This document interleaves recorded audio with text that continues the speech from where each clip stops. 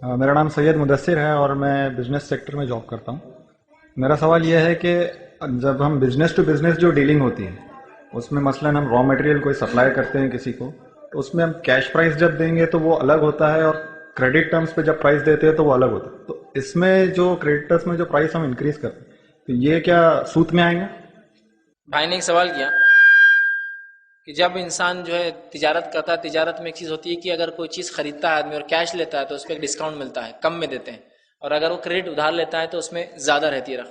तो इस मामले में देखिए, अगर मिसाल के तौर पर एक चीज है जिसकी कीमत 100 रुपया है, क्रेडिट। अगर आप जो है उधार लेते हैं मुझसे तो मैं 80 रुपये में दूंगा, और अगर आप जो है उधार नहीं कैश देते हैं तो मैं ये चीज को जो है आपको जो है 75 रुपये में कर दूंगा, तो और 5 रुपये आपको इजाफा दूंगा। तो याद रखिए इस मामले में ये सूद नहीं है, इसलिए कि एक्चुअल प्राइस के अंदर ही आप सब कुछ कर रहे हैं ना।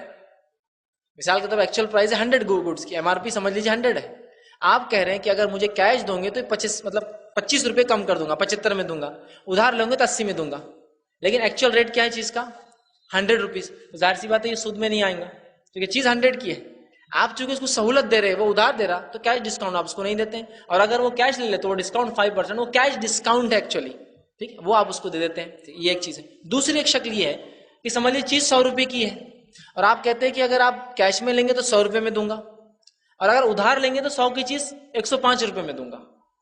अब आप इंक्रीज कर रहे हैं, ठीक है। इस मामले में शेख बिन बाज और दीगर उलमा के इस पे फतवे वो ये है कि अगर किसी चीज को आप जब उधार देते हैं और उधार देने की वजह से आपको मेंटेन करना पड़ता है उसका खाता, उसका हिसाब, उसका किताब, उसका रिकॉर्ड, उसके पास जाना, पैसा लाना, वो सब करते हैं, तो लिहाजा फिर ऐसी चीज पे अगर आप 5 रुपए बढ़ा देते हैं, ये सर्विस चार्ज होता है, ये लेना भी फिर दुरुस्त है।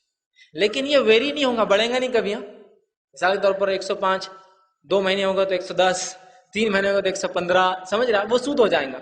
आपने एक सर्विस चार्ज लगाया कि आपका अकाउंट मेंटेन करने के लिए 10 महीने बाद आप देंगे, ईएमआई में दे रहे आप, 10 महीने में देंगे, मैं अकाउंट मेंटेन करूंगा, आदमी आएगा, पैसा ले जाएगा, चेक बैंक में डालेगा, फला करेगा, तो लिहाजा सर्विस चार्ज लगाया जा रहा है। तो इस पे भी उलमा ने इजाजत दी कि ऐसा सर्विस चार्ज भी लगाया जा सकता है, ठीक है। तो इसमें भी ये भी दुरुस्त है जो आप कैश डिस्काउंट का आपने कहा, और अगर ज्यादा होता सर्विस चार्ज जो मेहनताना लगता है तो वो भी ज्यादा लिया जा सकता है। इसमें थर्ड, अगर देखिए क्रेडिट टर्म्स अगर बढ़ते हैं, जैसा पहला हम प्राइस देते वक्त ही ऐसा दें कि आपको 30 दिन के अगर हम मोहलत देंगे तो इतना प्राइस, 60 दिन की देंगे तो इतना प्राइस, 90 डेज की देंगे तो इतना प्राइस, तो ये कैसे रहेंगे? अच्छा, भाई ने कहा कि मोहल्लत अगर अलग अलग हो, 1 महीना, 2 महीने, 3 महीने, 4 महीने, इसका क्या है? तो बहरहाल ये ज्यादा बेहतर है कि वो बिजनेस की नोयत क्या है, किस काइंड का बिजनेस है, और जब वो मंथ गुजर रहा है तो क्या उस पर वो कुछ मेहनत कर रहा है, उस चीज के बदले उसको कुछ पे करना पड़ रहा है। फॉर एग्जांपल जैसा वो जहां से गाड़ी ले रहा है आपको दे रहा है, लाखों रुपए की चीज है, तो बहरहाल ये बिजनेस की नोयत पर डिपेंड है क्या किया जा रहा है, उसके मुताबिक इंशाल्लाह फिर जवाब दिया जाएगा कि इस मामले में क्या किया जाए। उमूमी बात तो बहरहाल ये थी जो मैंने आपके सामने रखी।